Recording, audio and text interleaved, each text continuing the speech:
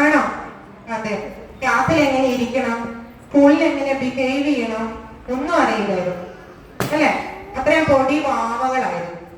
ഇപ്പോഴോ അക്ഷരങ്ങൾ അറിയാം, നമ്പേഴ്സ് അറിയാം, പ്ലസ് ചെയ്യാൻ അറിയാം, മൈനസ് ചെയ്യാൻ അറിയാം, പിന്നെ എന്തൊക്കെ അറിയാം, വേർഡ്സ്, ഇംഗ്ലീഷ് വേർഡ്സ് അത്യാവശ്യം നന്നായി വായിക്കാൻ അറിയാം.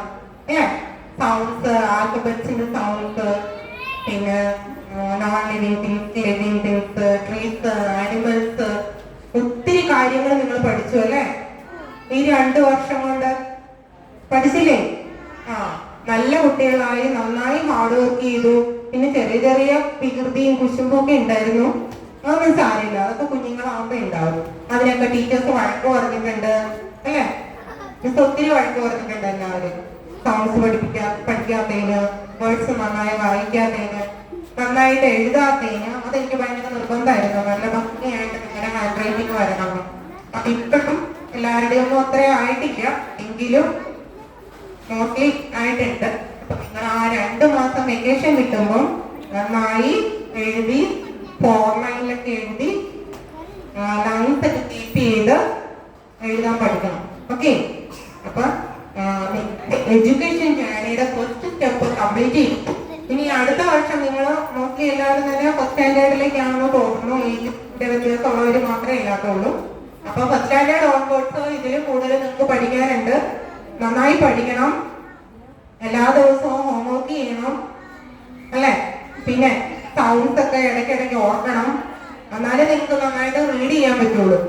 അപ്പൊ അതുപോലെ നമ്മുടെ ഓർത്ത് ചെയ്തതുപോലെ നിങ്ങൾ വീടിനും നാടിനും നമ്മുടെ രാജ്യത്തിനും ഒക്കെ വേണ്ടിയിട്ട് ഫ്രൂട്ട്ഫുൾ ആയിട്ടുള്ള ആൾക്കാരായിട്ട്, നല്ല ഒരു പേഴ്സൺ ആയിട്ട് വളർന്നു വരുവാനായിട്ട് ശ്രമിക്കണം.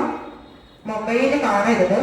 മിസ് എപ്പോഴും പറയാനുള്ള ഒരു കാര്യമാണ്, മൊബൈല് യൂസ് ചെയ്യരുത്. കുഞ്ഞുങ്ങളാണ് നിങ്ങൾ അഡൾട്ട് ആയതിനു ശേഷം ഈ മൊബൈൽ യൂസ് ചെയ്യാവുള്ളൂ അധികം.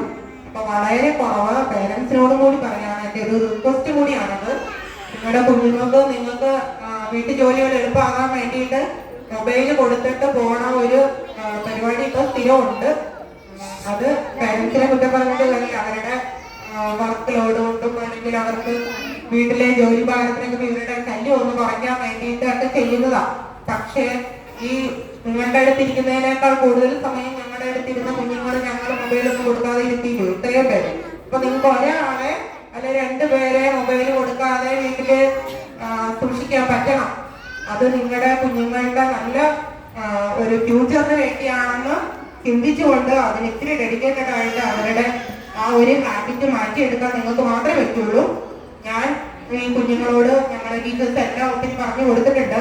അപ്പൊ അതൊന്ന് കണ്ടിന്യൂ ചെയ്ത് പോകണമെങ്കിൽ നിങ്ങൾ വിചാരിക്കണം. ഞങ്ങൾ വിചാരിച്ചിട്ട് കാര്യമില്ല.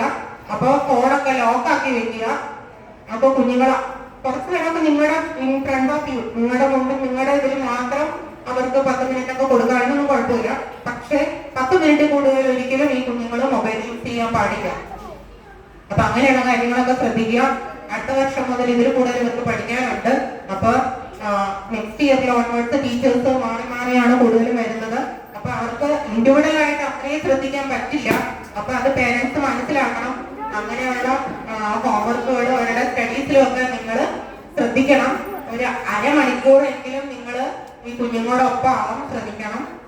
അപ്പൊ അങ്ങനെയുള്ള കാര്യങ്ങളൊക്കെയാണ് പറയാനുള്ളത്. അപ്പൊ ഞങ്ങൾക്ക് ഇവരെ വളരെയധികം മിസ് ചെയ്യും. ഒത്തിരി നല്ല കുഞ്ഞുങ്ങളായിട്ട് നമ്മുടെ നാടിനും വീടിനും രാഷ്ട്രത്തിനും എല്ലാം ഉപകാരപ്രദമായ രീതിയിൽ അവർ വളർന്നു വരുന്നതാവട്ടെ. അതിനുള്ള എല്ലാ ആശംസകളും from the bottom of my heart. I wish you all the success. Thank you dears. Thank you. Miss you. I love you.